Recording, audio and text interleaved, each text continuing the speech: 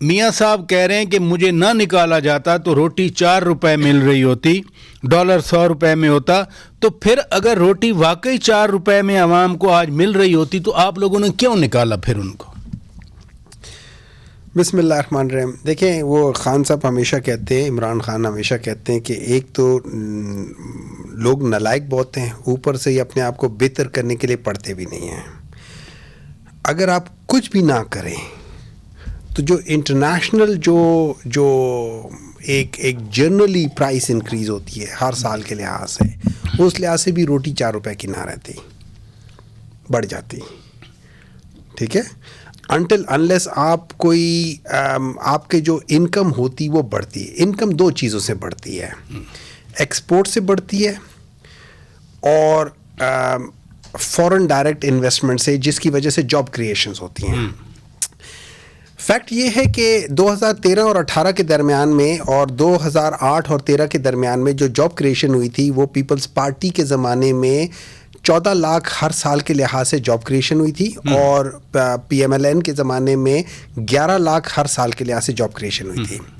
Export کا یہ تھا کہ جو 2013 اور 2018 کے درمیان میں 0% انکریز ہوا تھا ایکسپورٹ, کوئی ایکسپورٹ نہیں ہوا تھا.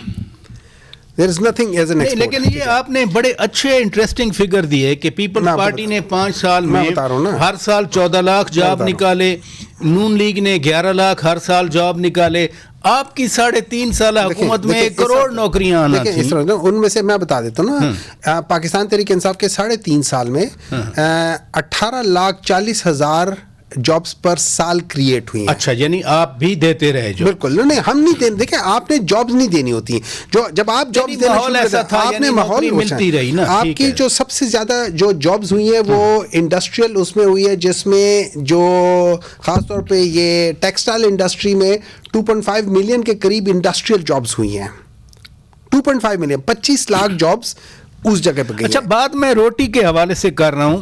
میاں صاحب کے دور میں ڈالر تو 100 کا رہا, روٹی بھی رہی. اس طرح ہے, پھر اس وقت آدمی حالات نہیں تھے. اس طرح ہے کہ 2 یا 3 ایسے مقام ہیں جس میں آئی ایم ایف نے میرے خیال میں 1997 میں آئی ایم ایف نے کہا تھا, اور 2016 میں یہ فائنینشیل ٹائمز نے کہا تھا اسحاق ڈار کے بارے میں کہ یہ فگرز فج کرتے ہیں.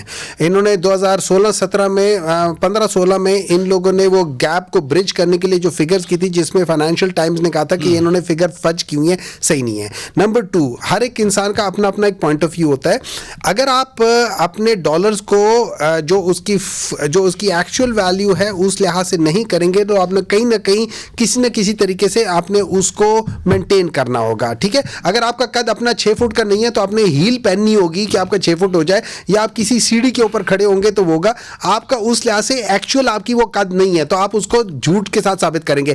میں ایک بات بتا دیتا ہوں, ایک بات ہے, دیکھیں اصل چیز ہوتی ہے جب آپ دیکھتے ہیں تو آپ اپنے جو براڈ اسپیکٹرم آپ دیکھتے ہیں کہ جی ڈی پی کدھر گئی ہے. ٹھیک ہے, ان لوگوں کا سب سے بڑا شور تھا پاکستان مسلم لیگ نون کا سب سے بڑا شور تھا.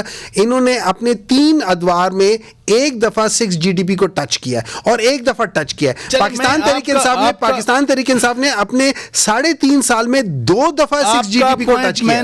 میں نے میرے پاس آ گیا, بٹ میں پاکستانی ہوں, میں تو روٹی کے چکر سے نہیں نکلا کہ 4 روپے کی اگر روٹی مل رہی تھی, مجھے نہیں پتا جی ڈی پی. میں ایک عام پاکستانی ہوں, گاؤں میں رہتا ہوں. رانا صاحب یہ فرمائیے کہ میاں صاحب 4 روپے کی روٹی کا کہہ رہے تھے کہ اگر میں ہوتا نہ نکالا جاتا تو روٹی 4 روپے کی رہتی. سینیٹر ہمایوں محمد صاحب کہہ رہے ہیں کہ آپ لوگ انٹرنیشنل سینیریو کو سمجھتے ہی نہیں ہیں, 4 روپے کی روٹی کیسے رہ سکتی ہے؟ بسم اللہ الرحمن الرحیم.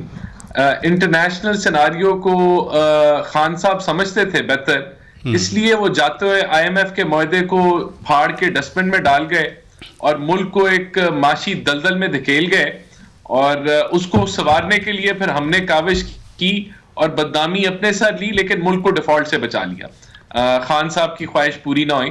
دیکھیں میاں صاحب جو بات کر رہے ہیں, شوکت صاحب, وہ بیسک سی بات کر رہے ہیں کہ جو ملک میں جب جعلی لوگوں کو نافذ کیا جاتا ہے اور جب تجربات کیے جاتے ہیں پیناما جس میں میاں نواز شریف کا نام نہیں تھا, ان کو ایک وہ اقامہ کر کے نکال دیا جاتا ہے, ان سے ایک جماعت کو ہرایا جاتا ہے, تو پھر جو ایک ناقص ڈرائیور کو بٹھا کے جو معیشت کو نقصان ہوتا ہے تو پھر اس سے مہنگائی ہوتی ہے، اور یہ حقیقت ہے. لیکن رانا صاحب گزارش یہ ہے کہ ان کے 3.5 سال کے بعد پھر 16-18 مہینے کی آپ کی بھی حکومت آئی، اور ابھی 2-3 دن پہلے میاں شہباز شریف صاحب نے لاہور میں سینئر جرنلسٹ سے بات کی، وہ کہہ رہے تھے کہ ہاں ہماری گورنمنٹ میں مہنگائی بڑھی، تو پھر آپ بھی تو کنٹرول نہ کر سکے نا اس مہنگائی کو.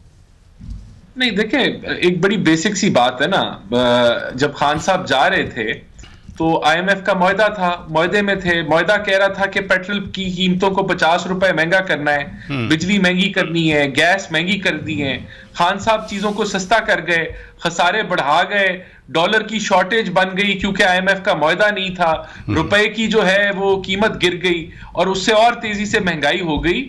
تو جب آپ معیشت کو دلدل میں پھینک کے جاتے ہیں تو یہی کچھ ہوتا ہے. اب اس کے برعکس شوکت صاحب آپ دیکھیں، جب ہماری حکومت جا رہی تھی تو ہم پیٹرول بھی مہنگا کر رہے تھے، ہم بجلی بھی مہنگی کر رہے تھے، ہم گیس بھی مہنگی کر رہے تھے. اس کے نتیجے میں کیا ہوا؟ آئی ایم ایف کا معاہدہ بحال رہا، بحال چھوڑ کے گئے.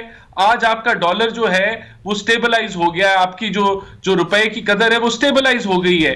رانا صاحب یہ سٹیبلائزیشن جو ہے ہمارے سر پہ عذاب ہے پاکستان کے عوام کے لیے. تو رکیے گا،